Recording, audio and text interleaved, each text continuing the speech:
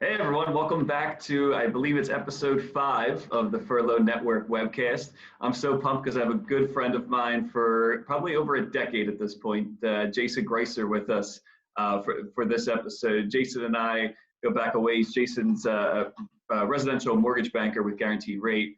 I think I've followed Jason to a few different places, from the city at 1106 Lombard out to the Burbs and everywhere in between and refi. So Jason's been with me for a while, and I always go back to him because I know that he always has a ton of knowledge, a ton of info. And with everything that's going on, I figured, Jason, this is a perfect time. So many people have questions about mortgages and the real estate world right now. So this is a perfect time for us. But as always, I want to kick it off with a question that's been submitted, or a question that we've been kicking around the network. And it was one that was brought up recently of what home remodeling project do you have time to do now that we're all in quarantine, but have still been putting off? So my wife would have a much different answer, but the one that and it would be a much longer list. But the one I can think of right now, we have not had upstairs hallway lights for maybe months, and it's just a matter of swapping out the light fixture. So there is a pending order, and whenever that Amazon truck gets here, I am going to be swapping out some light fixtures. So that has been a long time coming, and we'll add some light to our second floor. So I like that. What's embarrassing about that is I didn't know you were going to say that, but I have the same situation. We don't have hallway lights. Mine was totally different. I had another one in the holster, but that's applying to my house too. But I was telling you earlier, my entire house is primed. So literally every room in my house is primed, not painted. It's just primed because I got halfway there and then we got stuck in here, and painting's just such a pain. I'm like, yeah, I'll get to it after. I still have not got it. So no, my son's room's the only one. I got really lucky because this is the beauty of being married to an art therapist. At least the interior painting, I'm not allowed to do. So I'm really a lucky guy. So you'd think that swapping out some light fixtures, I would jump at. Yeah, it takes a pandemic, Sean. That's it. It's impressive because for me, painting requires therapy afterward. I hate it so much. It's just not even worth it. I'm like, I'm dying. How about you, Lauren? So I hope everybody can hear me okay, because I've dropped my Mac yesterday and a little bit of it shattered. So I hope my company does not know this of right now, or anyone's listening to this. So I'm hoping to fix that problem. So I hope you guys can hear me okay. I know my video's down, but as you guys know, Jer and I take the puppy, the new dog, and we do like 3 to 4 miles a night. And I stalk all the rich bougie houses in Haddonfield to pick out my landscaping. So let me tell you, the landscaping is in, and we are the new bougie house in Haddon Heights. Both my neighbors came over and said how impressed they are of Jerry and I, since we're like the new young millennials in the neighborhood, of like putting our effort into our homes. So we finally have landscaping, and we don't look homeless anymore outside. So that's well done for us at the Sherwin household. Nice. Winning. I like it. We're winning over here in Haddon Heights, New Jersey. Let me tell you, we are winning. That's awesome. Congratulations on that. That's impressive. Yep, I picked out the bougie hydrangeas, and is that what they're called at the greenhouse? I think I got a boxwood. Bougie hydrangea aisle. Can I get to the bougie hydrangea I'm like, aisle? Jared, see that mansion that it has probably 15 bedrooms? Like, I want every single one of those plants. So I think I got a boxwood. I got some hydrangeas. I mean, I only have so little land that I don't have that much to put, but I'm feeling good about it. I'm feeling good. Oh my God, that's fantastic. That's great. All right, so let me jump right into the content here, because I really want to talk about what's happening. There's so much to unpack. I guess I'll just start. I know recently you and I were talking about how you started full virtual closes. So I just want to talk a little bit about that. What is that like, doing a full virtual close on a residential property? And then secondly, how did that go? And do you think that's kind of the way of the future? Yeah, it's a big question, and the short answer is it has changed things dramatically for us, and it's kind of put us in the forefront of the new way of doing real estate closings, in my opinion. So we were testing this for months, and it was not a live environment. And COVID basically, in a matter of 7 to 10 days, took it from a test environment to a live environment very rapidly. And it is exactly what it sounds. You, through the use of what's called remote online notarization. You sit in the comfort of your home or anywhere in the world. And if you have a webcam and a computer that has certain, requirements, you can close on that computer from anywhere. So in a purchase, the sellers would be sitting wherever they're comfortable. The buyers would be sitting wherever they're comfortable. And then a woman, man, notary on a screen shows up, literally appears on your computer screen, validates your identification through security protocol, and starts a real estate settlement. And instead of you sitting in a settlement room all together, you're sitting on a webcam, very similar to what we're doing right now, and you're selling on a real estate transaction. It's really interesting. It's something where, due to some cross-state compliance and legislation, the notary can sit in the only two states that allow it are Virginia and Texas. So that's physically where the notary is sitting. And then through some old treaties that go back to the colonial times, which is just nuts that this stuff all comes to importance now, that they can notarize our real estate settlements, some 200 years, plus later from the colonial times. But that's the gist of it. And I had a realtor call me this morning who sat in bed and closed on her, 2.5% 15-year fixed refi, did not get out of bed to close that deal this morning. That's incredible. I'm glad our forefathers had that knowledge that like one day, 200 years from now, people will be on Zoom and we'll need to close on real estate, life, liberty, and the pursuit of not getting out of bed to close on real estate. I like that. Listen, we knew how brilliant they were, but who would have thought they would have had remote online notarization figured out? That's incredible. So you think say a month from now, the most improbable thing happens and we all can be at stadiums like in your background. Yep. Will we still, do you think, do the remote access? Sean, it's a great question. I would love to know the answer. Here's what I would tell you, and you know this because I geek out about it. I love going to my closings. I finally get to shake your hand. We don't really see each other during a process, right? Hey, I need to get a mortgage. Okay, great. It's all phone and email, right? Yeah. And that's my only time to ever meet the actual buyer and sellers and realtors and some of these people. So for me, I think I'm old school and probably a little stubborn that I want to go to the closings. I want to get a handshake in and maybe even a hug and congratulations and these types of things. And I've built my business that way. I get a lot of referrals that way. I meet a lot of people that way. So that is something I think the industry is going to grapple with just from a social aspect and a networking aspect. But from a efficiency standpoint and from a logistical standpoint, the title companies love it. The realtors love it. And if I want to talk efficiency, I do love getting that time back of not going to closing. So I miss the handshakes and hugs and all the love that you get. I do get a lot of time back, and I think that's been reflected in the productivity of the last number of weeks. So I think you're going to have a balance. I think you're going to have a lot of people that will really stick with the efficiency, and this will change a vast number of real estate settlements in Pennsylvania and throughout the country, and that will be disruptive in a very good way. And then I think you're going to have maybe even the same amount of large numbers of people that want to do that physical at-person settlement. And we have a hybrid version for that. So I don't want to get too much into this stuff, but there's a hybrid closing where we do both. You actually sign about 95% of your documents online, but then you take the documents that do need physical notary and you go to the closing and you only need to sign 6 or 7 things. So that takes the exposure down from maybe a 45-minute to an hour closing to a 15 to 20-minute closing with only 5 or 6 signed as opposed to 60 things signed.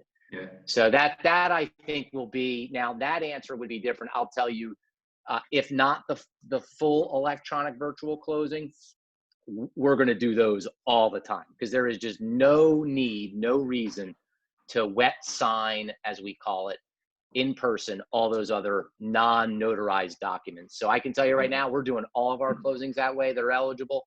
And then we'll just kind of go with the buyer's preference on the full electronic closing. Yeah, because I think when I closed a little less than a year ago on this house, and we did all of that beforehand. I think I saw you. We hung out for like 15 minutes. I was probably one of the ones that gave you a hug, and then Yep, and then we went our separate ways. It's like, yeah, it's good seeing you again. I'll probably see you in another 5 years when we outgrow this house. All right, later. That's right. No, that's exactly right, and that's what we call the hybrid flash closing, because it's still substantially faster. I mean, kind of what you're saying, right? You and I were kind of talking about the Eagles, more than we were even dealing with the real estate settlement, because it's over in 10 minutes and you're just kind of waiting for the title person to just do a couple of their things, and you're in and out. And again, it's amazing how that was just an efficiency play for us, and reduce maybe our cost per loan. There's all kinds of good stuff that happens for us when we do that.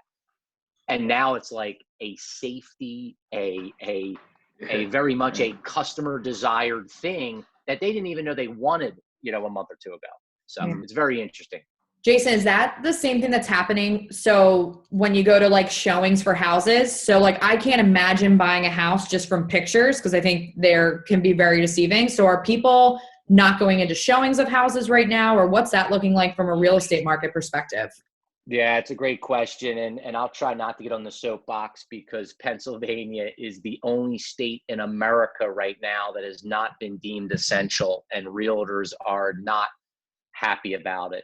And they're begging to do things safe. So to answer your question is, no, you are not allowed in Pennsylvania to be shown a property by a realtor right now. It is not allowed.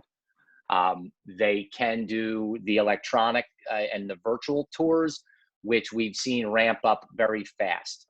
Now, I would say the most remarkable thing for me is I would tell you that I'm seeing more real estate transactions happen than I would have thought. I would say confidently that I'm surprised in a pleasant way that even amidst the restrictions from the state, there are deals happening, and they're happening compliantly without physically going into homes. I think you need a experienced real estate team, an experienced realtor, and we're seeing them being put together. Now, I agree with you. I couldn't imagine buying a house, never stepping foot in it. But there are ways to protect the buyer. So what we are seeing a lot of is an amendment to the agreement, just acknowledging that we are agreeing to buy your house, but within 30 days, we will be able to go in and view it and inspect it. And they're making some contingencies around that time frame of when they can actually go in and see it. Gotcha. So that's what we're seeing a lot of now. Just over the river in New Jersey, it is essential, and you can kind of business as usual with safe COVID protocols, but you can move in and out of houses with a licensed realtor, and it is a little bit more, let's call it, kind of business as usual. So every state is different, but Pennsylvania is the only one where it hasn't been deemed essential, and it is creating quite a bit of angst to the realtor, and it's making it is hard. I mean, it is something where housing, in my mind, I do not really understand how you do not call housing essential. And we're hearing horror stories, and that's what's scary is, people trying to move apartments, and then people getting evicted, and people losing their homes in a fire, and then they have nowhere to go. And it's just a lot more than I think the state realizes, that it's not just selling homes. Selling homes is one of 6 million things a realtor does to help the economy of the state and their clients. So it's just more of an education, I think, that the state might need, that there's a lot more than just showing a buyer a home. I mean, that's like, a fraction of what they do. Right.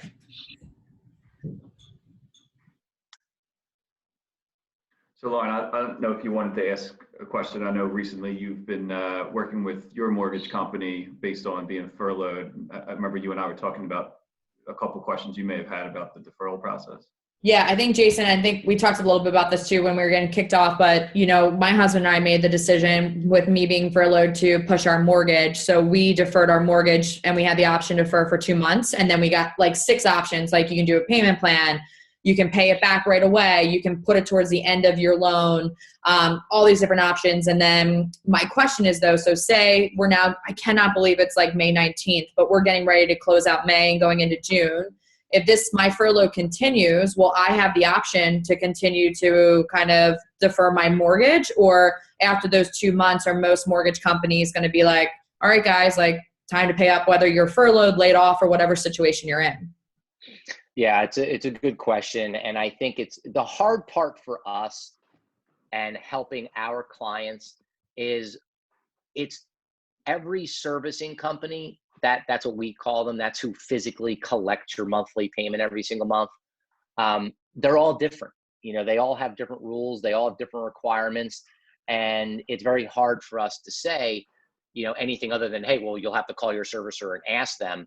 But what I would tell you is that I think that with the COVID situation really just dragging on longer than I think folks may have even realized, or just that this will continue to drag on, that the government will have to extend some of the states of emergency, which the forbearance relief is often tied to. In fact, we've actually seen on some credit reports since they've made some smart rules on the government level to not negatively impact credit in some cases. There is that benefit of where we're seeing it reflect as a natural disaster. We'll literally see on the credit report in that mortgage, natural disaster claimed. And the reason they're doing that is they don't then have to report the mortgage late. So you're not hurting your credit by doing it and still getting the benefit of pausing the payment. So some really interesting, unique stuff is being done, because the other part that kind of similar to the, not really understanding the business as a whole, there's very strict requirements on what the servicers have to do. The Fair Credit Reporting Act requires a creditor to report you late without any discretion. There's not an exception. If you're late, you're late. And that's to protect, the Fair Credit Reporting Act. And then when these unique situations with forbearance come up, it makes it very hard as an industry to protect the consumer. So you see these unique things happening. Long way of saying, I think at the end of your 2 months, only your servicer can make that decision. However, if this is still moving through what appears to be an extended issue, you would be granted an extension. Most forbearances outside of COVID usually are for 4 to 6 months. So I would tell you that 2 months is a pretty short, brief period of time. And the servicers are going to want to keep that duration as low as possible. I'm sure they're wanting to keep how long you need to hit pause as low as possible, with the knowledge that, okay, they might call back in a month or two and extend, but maybe they won't and they can catch up. So I think you will likely get a positive response, with especially how much the government is trying to do to run this interference with mortgage companies to protect consumers' credit, and prevent any unnecessary foreclosure processes. But I do think you'll be okay at that time, assuming the COVID situation is still dragging along. Got it. Now, Jason, overall, right before this COVID outbreak, I think I'm in the Philly burbs. I think 6 houses were sold in my neighborhood that never went to market because it was just such a seller's market. Has the whole coronavirus pandemic, has that changed that into kind of a mix of a buyer and seller's market? And what are rates doing? Where are we? Yeah, it's an interesting dynamic that we've seen. So I originally thought, wow, okay, finally the buyers will get a little bit of, some relief of what has been an extremely intense seller's market for, I would say, years now, both in the city and the surrounding suburbs. However, the buyer pool hasn't shrunk that much, even with the layoffs and what's been happening, but the listing pool has, right? So from the supply and demand, you're still having too many buyers with too few homes, even amidst this crisis. So unfortunately, what I thought originally with the buyers getting some relief really has not happened. We are still seeing multiple really aggressive offers on the good homes that are listed out there.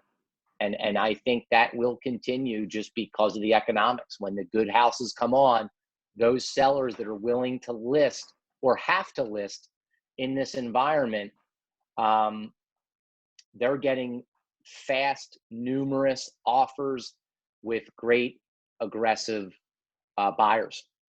Now, are the buyers taking advantage of more the rates? Have the rates gone down significantly with everything happening in the economy? Is that also? Yeah, I think that's a huge part of what's buoying some of that affordability. Now we're seeing the rates dip down to yet another new low, where you're in the low 3s on a 30-year fixed. So I do think that's impacted by it, where the buyers feel a little bit more empowered, where, that, let's call it 3/8, a half a point in rate they picked up, that does pay for that extra $10,000 they might have to go buy that house for.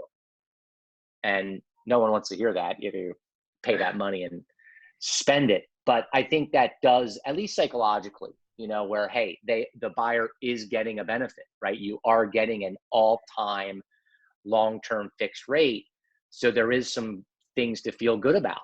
Mm-hmm. And I think that they're surprised. And that's what I'm seeing now with newly pre-approved folks is like, wait, what?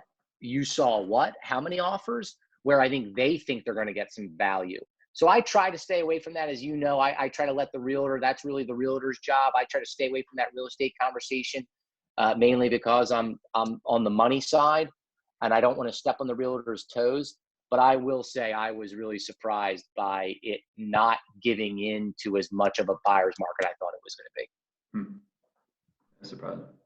Yeah. As time goes on, I think that what I would say to that is I think as time goes on and the longer we remain in this challenging environment, it has to give back to the buyer. It will. You will see price reductions. You will see things that have to get done to sell houses. But I think that's in a bit of an environment where things have gone into the long-term downturn. So, Jason, for all of us who are on this crazy mortgage train or looking to buy houses or sell houses and just keeping everybody motivated and positive, what positive motivation would you have for kind of our viewers or Furlough Network? Yeah, I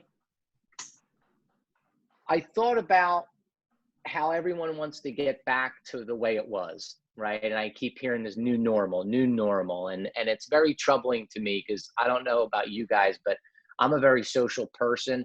As Sean said, I definitely gave Sean a hug at the end of that settlement.